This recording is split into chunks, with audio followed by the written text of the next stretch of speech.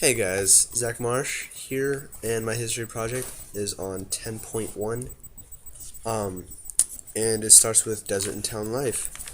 So, on the desert, um, Arab nomads were in groups called clans, and the groups, the people that were in the groups were called Bedouins. Um, the clans supported each other because of the harsh life on the desert, and um, they just helped each other out, and like with when they others had hard time, they helped them as much as they could.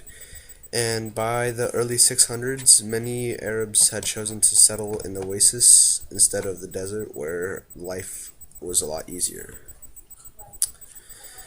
Um, Crossroads and trade routes. Crossroads of trade and ideas. Sorry. By the early 600s, trade routes connected Arabs to the major oceans and land trade routes. Trade routes ran from the extreme south. I don't quite know what that is, didn't really specify in the book. Um, to the Byzantine and Persian empires. Merchants transported goods along the caravan routes and traded for other goods on the Silk Roads. Um, and they also adapted different ideas of religion and things like that. Um, and we're on to Mecca. During certain holy months, caravans stopped in Mecca, a city in Western Arabia. The caravans brought religious pilgrims to worship at the Kaaba. The Arabs associated this house of worship with Abraham. But over time, more and more gods were placed into the Kaaba to be worshipped. But around 570, a man named Muhammad was born, and he will change all of it. The Prophet Muhammad. Muhammad was an ordinary young man that was very religious. He was known to many people in Mecca. Muhammad married a woman named Khadija, I don't know. Um, Revelations of Muhammad. Muhammad often spent time alone in prayer. He prayed in a cave known only to him. One day while he was praying, he was spoken to by the angel Gabriel. Gabriel did not tell him to start a new religion, but like to go back to an old religion of worshiping a single god. Um, this didn't happen in just he didn't just like grab his stuff and like go back to the old religion and tell everybody else to go back to the old religion. He went back to his house. He was frightened, and then um, he told his family, and then the next day he went back, and the same thing happened. But then after he did that for like a few days, and then after a few days had passed, the vision stopped, and he was very confused. But then again, another day came, and he got another one of those visions. And then that is when he went back to the old religion and restarted it in his colonies, or in Mecca. The Hijra, Muhammad decides to leave Mecca after some of his followers were attacked. Um, the Hijra is what his movement from Mecca to Yathrib is called. Um, this is a little bit after the cave incident because he has some followers now, and nobody really likes them, and they're being attacked constantly, and so he decided to leave to Yathrib. This is at least 200 miles north of Mecca, so that was a very long journey. He took all of his family, all of his followers, everything. Yathrib was a turning point for Muhammad because he got a lot more followers, and Yathrib is later renamed to Medina. Muhammad displayed great leadership skills in Yathrib. That's mainly the reason why he got a lot more followers. Um,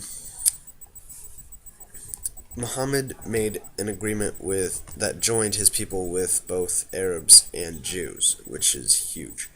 Um, these groups both accepted Muhammad as a political leader. And now, and returning to Mecca, he spent a while there. He gained a lot of followers. And returning to Mecca in the year 630, Muhammad took 10,000 of his followers, went into Mecca, and destroyed all of the idols in the Kaaba. This is pretty insane because nobody stood up to him. No one did. Like, earlier they were persecuting the people for following Muhammad, but now nobody's even trying to touch them. And the five pillars: faith, prayer, fasting, pilgrimage. That's it. To become a Muslim, one has to testify to following Allah. That is faith. They have to testify it in public and stuff like that. Prayer. They have to pray 5 times a day, facing towards Mecca. Fasting. Fast between dawn and sunset during the Islamic holy month. Pilgrimage. I think I am missing one.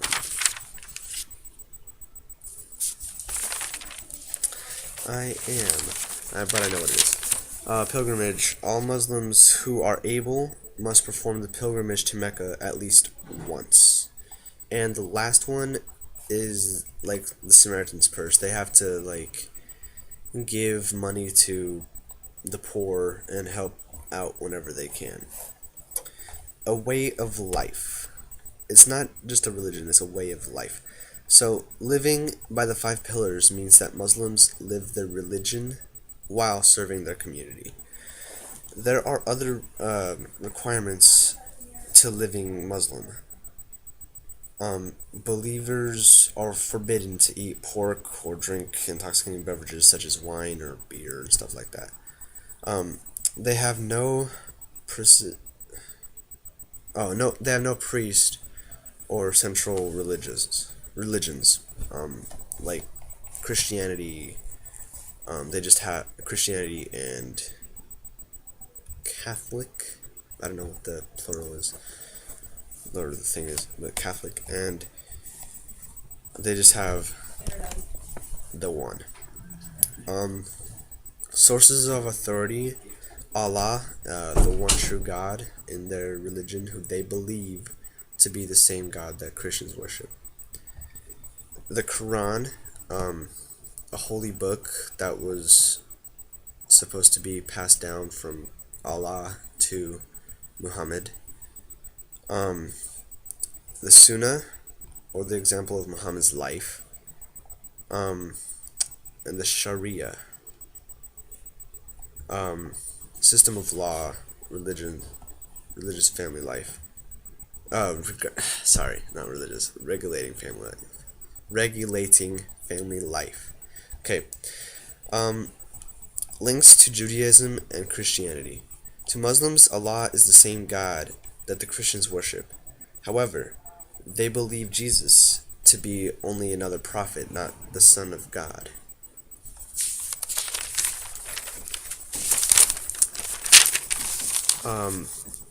They believe that the Quran to be a holy book sent down from Allah, same as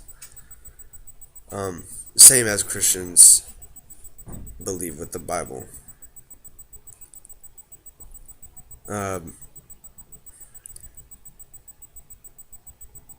Sorry.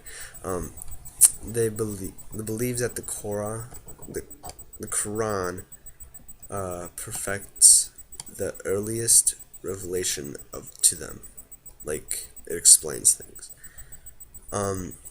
All 3 believe in heaven, hell, and the day of judgment.